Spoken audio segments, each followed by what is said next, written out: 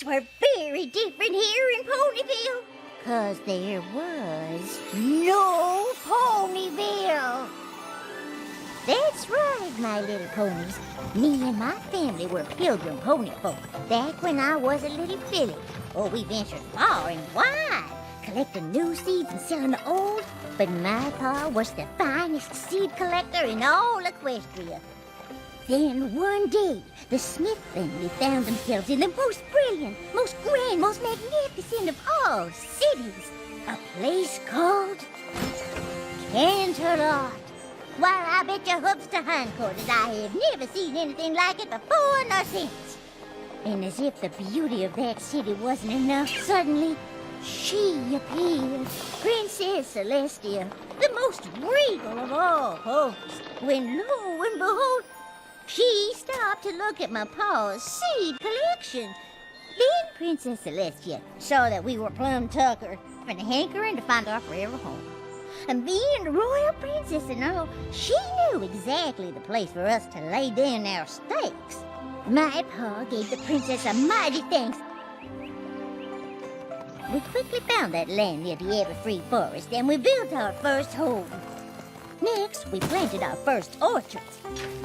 But an orchard don't grow overnight, and we were getting mighty short on food. Now, mind you, we were cautioned about the forest, and we knew that it was not fit to enter. But I knew if there was critters living there, there must be something to eat. It was dark and musty, and I won't lie, it was scary. But every inch was covered in plant life, and before I knew it, wasn't I standing in front of the most incredible apple trees? I have never seen anything that bore this kind of colorful fruit. Oh, I started picking apples quick as a whip.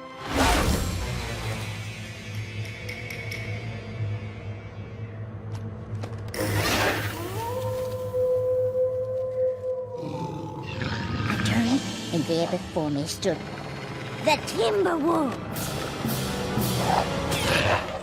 I've never run so fast in my life. I did the only thing I could think of.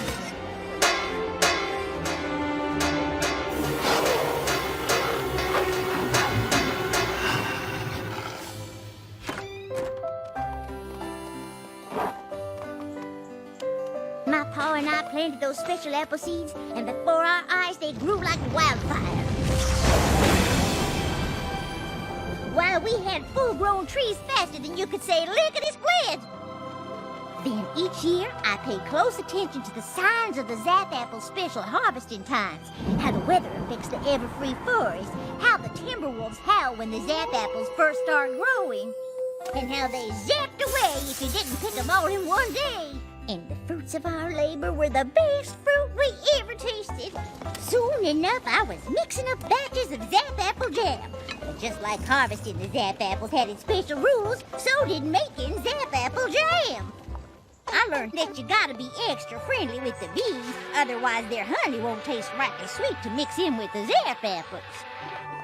Who'd have thought that glass jars needed talking to? Or that Zap Apples like pink polka dots. But magic is as magic does, just funny that way.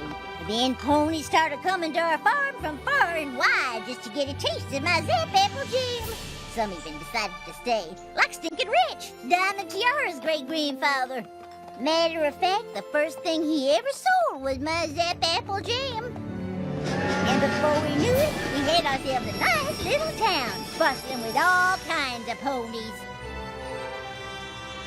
And that is how Ponyville was founded.